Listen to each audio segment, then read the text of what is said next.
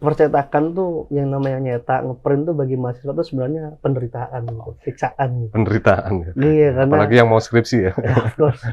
Tapi mereka butuh. Oke. Terus jadi bagi kalian yang ada ide untuk membuat sebuah bisnis, terus juga bingung mau bisnis apa, paling nggak minimal analisa diri sendiri lah. Kita bisa apa dan kira-kira orang lain butuh apa. Nah, ketika urusan modal, saya itu modal cuma 2,5 juta waktu itu. Oke. Nah, dalam 5 hari balik modal. Dalam 5 hari balik modal, wah menarik nih.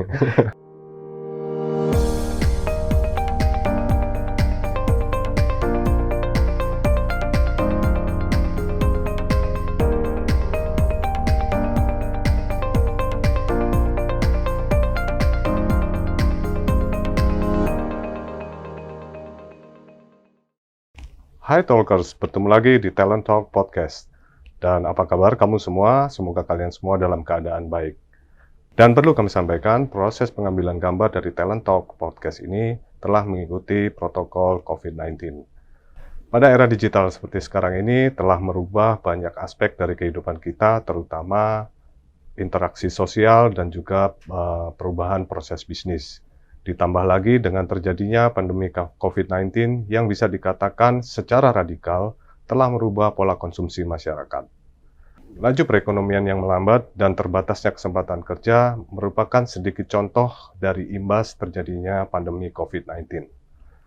Namun demikian, di sisi lain terjadi fenomena menarik dengan munculnya banyak entrepreneur muda dari berbagai bidang dan berbagai daerah. Melihat kesuksesan para pemuda ini tidak hanya menjadi contoh bagi para talkers yang sedang mencari peluang untuk membuka usaha, tetapi juga bagi talkers yang merupakan job seekers yang sedang mencari pekerjaan. Dan pada episode Talent Talks kali ini telah hadir bersama kami Raffiud Darajat, seorang entrepreneur muda dari Bojonegoro. Apa kabar Raffi? Alhamdulillah sehat. Gimana usahanya? Lancar? Alhamdulillah lancar. Oke. Kalau boleh, pada kesempatan Talent Talks kali ini, saya ingin menanyakan beberapa hal supaya bisa memberi motivasi kepada teman-teman terkait gimana sih proses Raffi menjadi seorang entrepreneur gitu ya. Kemudian, apa sih tantangannya? Mungkin bisa diceritain dulu nggak? Seperti apa sih awal mulanya Raffi mulai dari kuliah, kemudian hingga berproses memutuskan untuk memulai usaha yang Raffi geluti. Oke. Awalnya saya mulai bisnis percetakan itu karena di 2015 setelah saya lulus SMA, saya accepted di Jepang, tapi orang tua bilang udah kuliah di Indonesia aja. Jadi akhirnya saya traveling beberapa kota, mulai dari Surabaya, Kediri, dan beberapa kota itu saya belajar dan mengembangkan networking. Setelah itu saya sadar, oh ternyata saya butuh uang. Habis lulus SMA nih nggak bisa gini aja, walaupun nanti ujungnya saya kuliah. Nah, waktu itu saya terpikir pengen punya usaha, tapi nggak tahu usaha apa. Kebetulan juga saya dengerin ceramahnya Ustaz Yusuf Mansur. Beliau inspiring saya ketika pengen punya usaha, tapi nggak tahu usaha apa, minta dulu aja sama Allah. Ya, sekitar kurang lebih 3 bulan lah saya tiap sholat tuh minta, ya Allah pengen punya bisnis. Alhamdulillah ketika masuk Presiden University di Agustus 2016, saya melihat potensi. Oh, saya tinggal di asrama, kan wajib tahun pertama. Terus melihat mahasiswa ini butuh cetak. Asrama dengan tukang fotokopi atau yang lain jauh. Terus akhirnya, wah ya udah coba saya beli printer.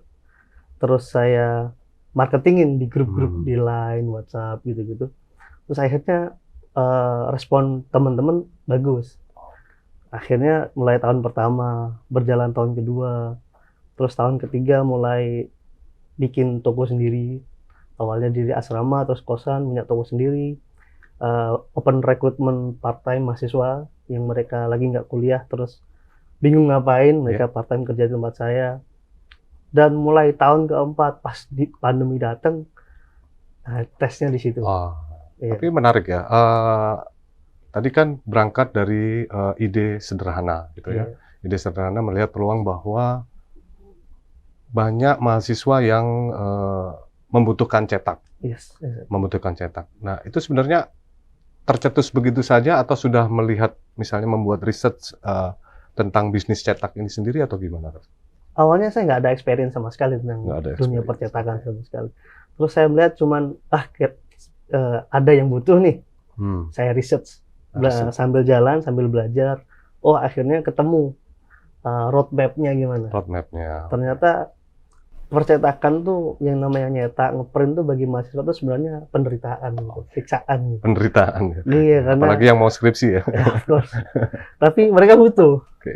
Terus value yang saya berikan adalah mereka nggak perlu ke tempat saya, cukup kirim email, ntar dianterin. Bahkan ke kosannya, ke asramanya, ke meja dosennya, bahkan ke rektornya pun pernah. Itu yang ingin saya tanyakan tadi. Sebetulnya kalau misalnya bisa dibilang Raffi ini entrepreneur, kemudian sekarang kan eranya digital.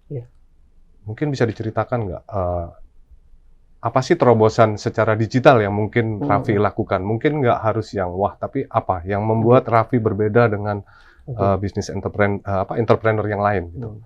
Karena skopnya lingkungan saya tuh Presiden University dan Admi Cikarang, saya melihatnya powernya tuh di word of mouth. Jadi nggak terlalu muluk-muluk marketing di IG harus konten gimana-gimana, campaign gimana-gimana. Tapi yang penting nomor kita selalu aktif, dan kalau lain kan mahasiswa Presiden University pakai semua ya. Pakai semua. Terus ada fitur untuk timeline, terus juga grup seangkatan. Nah, itu saya masukin ke grup-grup angkatan saya, junior, senior kayak gitu. Di situ ibarat kata marketing secara shadow gitu lah. Itu berarti artinya Raffi belajar learning by doing ya, maksudnya learning by doing. Kemudian lebih lanjut lagi, kalau misalnya saya dengar Raffi kan alumni pelatihan Digital Entrepreneur Academy ya, tahun 2020. Nah, kalau melihat pengalaman Raffi kan sebenarnya Raffi ini cukup jago dalam hal melihat peluang itu. Nah, kalau menurut Raffi sendiri, seberapa penting mengikuti sebuah pelatihan gitu? Karena basicnya nggak tahu apa-apa, karena kan di kampus juga belajar cuma teori, dan saya ngelihat, saya misal nih butuh untuk layout cetak buku. Pas mulai pertama dosen mulai nyetak, tolong dong aku butuh buku riset aku ini dipublikasi, aku butuh nyetaknya. Nah di situ saya ngelihat, di 2019 PPTIK buka junior graphic design pelatihan. Di situ saya ikut. Terus di 2020 pas pandemi, karena waktunya lebih luang dan orderannya tetap ada, walaupun tidak sekencang dulu.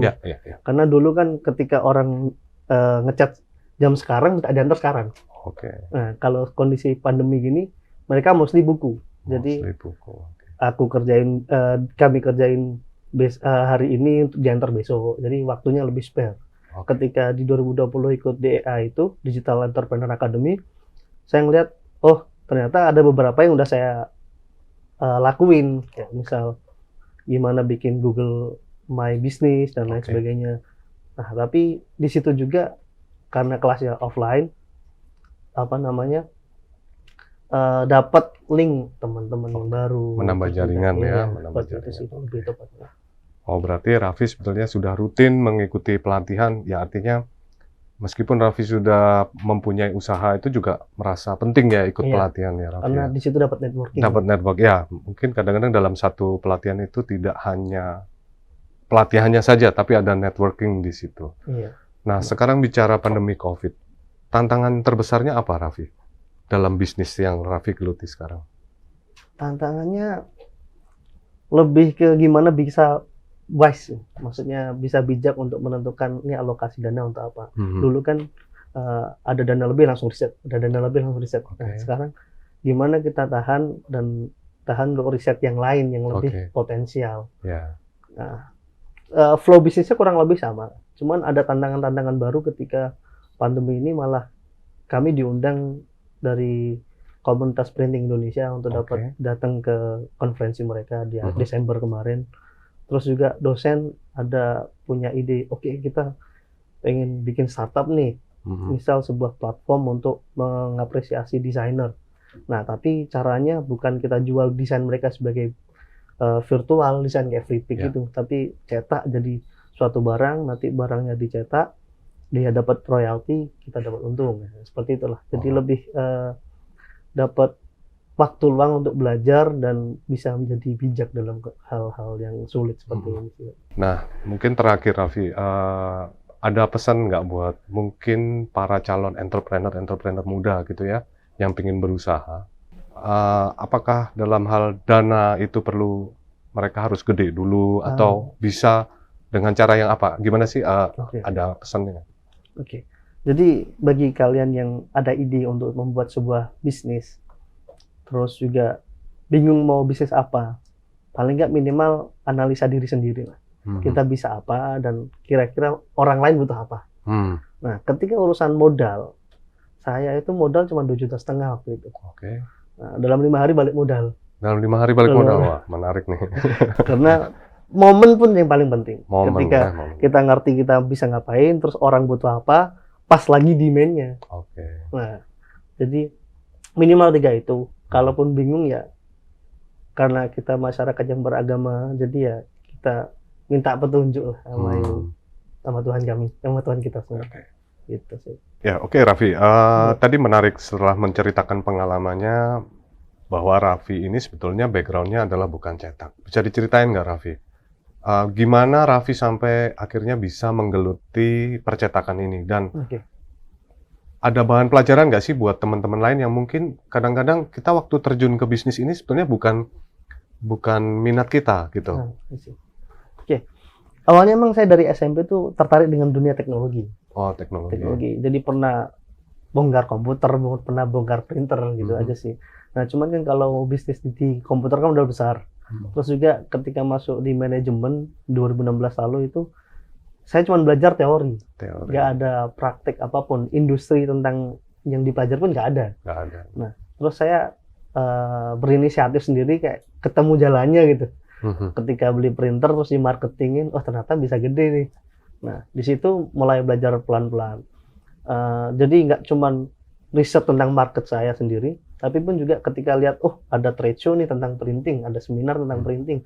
Di situ saya ikut tiap tahun, dari 2016 sampai sebelum pandemi kemarin. Oh, di situ Raffi juga belajar di ya? Di situ juga belajar tentang gimana mesin yang digital, yang laser, yang offset, yang large format ya, istilahnya large format. Nah, mesin signage seperti itu loh. Jadi istilahnya di kampus nggak belajar industri, kita cari sendiri. Cari sendiri ya. Wah, menarik itu. Jadi sebetulnya Raffi sendiri sudah mendalami dunia printing ini dengan mempelajari misalnya mesin cetaknya. Karena kalau Talkers lihat di videonya itu kan hanya pakai mesin cetak printer gitu ya. Tapi sebetulnya Raffi ini sudah mendalami tentang ilmu percetakannya di bidang mesin-mesinnya itu sudah jauh hari sebelumnya. Nah, kalau menurut Raffi sendiri penting nggak sih passion itu? Misalnya Raffi tidak mempunyai minat di bidang printing, terus memaksakan karena hanya keterpaksaan situasi. Itu gimana menurut Raffi? Awalnya itu juga yang jadi alasan saya sih. Ketika masuk kuliah, bapak mulai pensiun. Jadi mulai mau nggak mau harus nyari duit sendiri gitu. Ketika ada paksaan tersebut, ada dorongan semangat. Oh ya udahlah, fokus aja nyetak gitu. Walaupun itu sebenarnya nggak tahu apa-apa tentang cetak, tentang mesin. Saya lihat harganya 300 juta dan lain-lain. Tapi di situ ketemu jalannya. Mungkin udah takdirnya bagaimana ya, karena kita effort. Ketika mulai nyetak yang awalnya cuma kertas, terus akhirnya mulai iseng ngeprint banner kan. Ada nih sebuah digital printing. Dia tuh fokusnya bukan ke end user, tapi malah mereka yang, mas jadi reseller saya aja. Nah, di situ saya malah, jadi saya bisa lebih broaden lagi produk saya. Jadi ngomongin passion tuh tentang cetak, menurut saya mana belajarnya gitu. Gak ada kalau experience saya pun nggak akan ketemu passion di cetak kalau nggak karena terpaksa. Terpaksa. Tapi akhirnya setelah terjun menikmati dong ya, karena sudah mulai paham celahnya lah ya. Iya, benar. Kalau masalah reseller tadi, bisa diceritain nggak reseller yang seperti apa? Maksud saya pingin tahu nih, Talkers mungkin juga pingin tahu.